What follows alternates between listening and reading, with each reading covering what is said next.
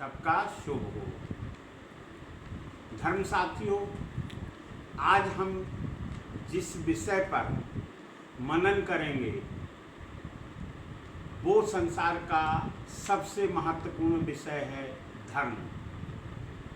मैं आपको बता देना चाहता हूँ, यहाँ पर हम हिंदू, मुस्लिम, सिख, ईसाई जैसे धर्मों पे चर्चा ना करके एक मानवीय धर्म पर बात करेंगे। धर्म का अर्थ होता है धारण करना। धारण से मेरा तात्पर्य है हमारे स्वभाव में, हमारे क्रियाकलाप में क्या झलकता है। कहने का अर्थ है धर्म एक सीमा रेखा तय करता है, मनसा वाचा कर्मणा। मन से आप क्या सोचते हैं, आपकी अभिव्यक्ति किस रूप में होती है और वो आपके कर्मों में ही झलकती है। यहाँ पर हम कोई भी नकली लबादा ओढ़े हुए व्यक्ति को धार्मिक व्यक्ति नहीं कहते हैं। धर्म सभी में पाया जाता है, यहाँ तक कि जड़ पदार्थों में भी धर्म पाया जाता है। जैसे नमक का धर्म है नमकीनपन। नमक किसी रूप में भी आप इस्तेमाल करेंगे वो अपना नमकीन तत्व नहीं भूलता। इसी तरह चीनी है, चीनी का धर्म है मिठास। चीनी मिठास ही देगी, चाहे आप उसे दूध में मिला लें, चाहे पानी में मिला लें या किसी अन्य तरल पदार्थ में। कहने का मतलब है कि जड़ पदार्थ अपना धर्म नहीं बदलते। यहाँ तक कि पशु पक्षियों का भी अपने धर्म गुण होते हैं। जैसे बिच्छू का धर्म है डंक मारना।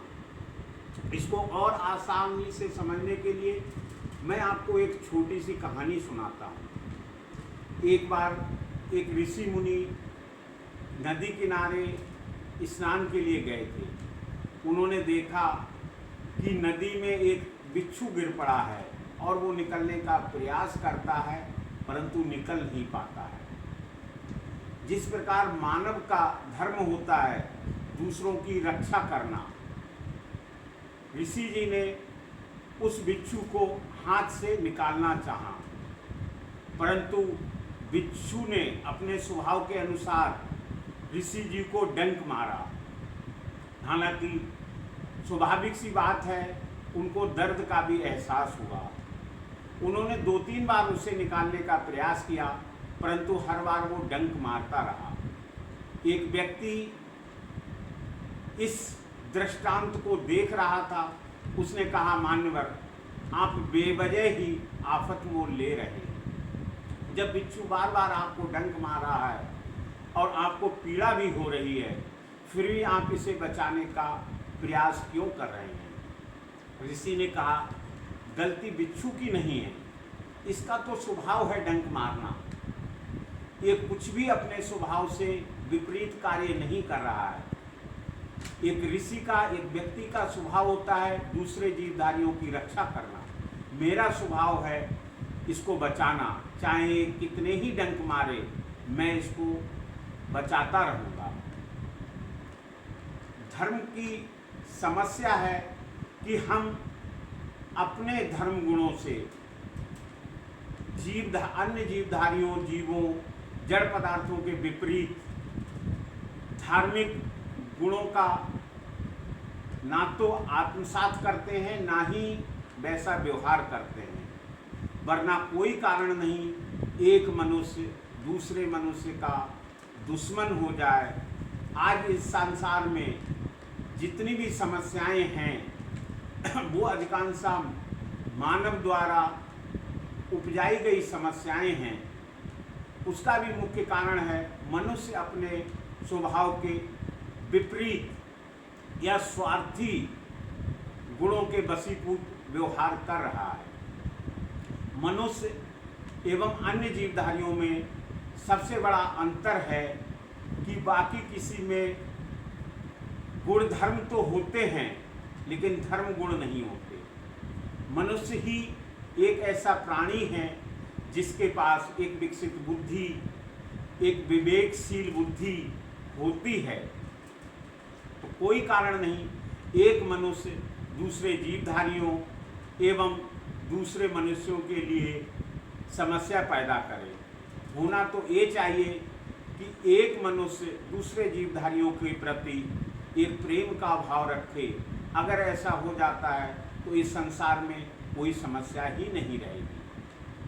धर्म गुण से संपन्न मनुष्य को इसलिए कहा जाता है, व्यक्ति की जो शिक्षा दीक्षा या जो संस्कार होते हैं या जो उसका विवेकत्व होता है वो उसे एक अच्छे गुणों से परिपूर्ण बनाता है। अगर ऐसा सभी मानव अपने स्वभाव में उतार लें तो आज की जो समस्याएं हैं, मानव का दुश्मन हो रहा है। कोई अपने भगवान को, अपने ईश्वर को बड़ा कहता है, दूसरा अपने ईश्वर को, और दूसरे धर्म को छोटा दिखाने के लिए हम दूसरे धार्मिक लोगों पे नित्य नए अत्याचार करते हैं। इसके कुछ कारण ऐसे हैं, कुछ धर्म गुरुओं का एक लाभ का व्यवसाय बन गया है। जो जनमानस है उसे सही विवेकशील बुद्धि से दूर रखना। अगर सभी मानव सजग हो जाएंगे तो ऐसे स्वार्थी धार्मिक गुरुओं की दुकानें बंद हो जाएंगी। अब मैं आपको बात करता हूँ कि धर्म की सबसे अच्छी एक पहचान है कि हर धर्म किसी न किसी ईश्वर को मानता है, चाहे वो ईश्वर के रूप में, अल्लाह के रूप में, बाह्य गुरु के रूप में या ईसा मसीह के रूप में। सच्चा धर्म वही है जो सत्य का अनुसरण करे। और सत्य क्या है? सत्य हमेशा विज्ञान सम्मत हो। विज्ञान सम्मत से मेरे कहने का तात्पर्य है विशुद्ध ज्ञान। अगर हम विशुद्ध ज्ञान अर्जित करेंगे, विशुद्ध ज्ञान से व्यवहार करेंगे तो कोई जरूरी नहीं है कि हमारे लिए समस्याएं पैदा हों।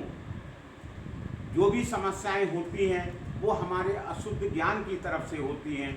विशुद्ध ज्ञान, विज्ञान सम्मत ज्ञान धर्म का विरोधी नहीं होगा, ना ही धर्म विज्ञान विरोधी होगा। ये एक दूसरे के पूरक हैं, ना कि विरोधाभासी। मैं आप सभी से यही अनुरोध करूंगा कि आप धर्म को अवश्य मानें। धर्म को मानने में कोई बुराई नहीं है।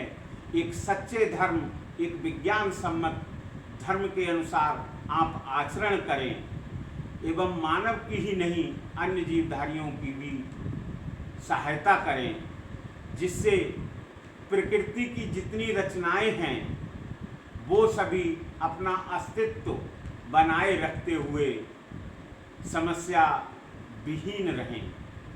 शुभ हो।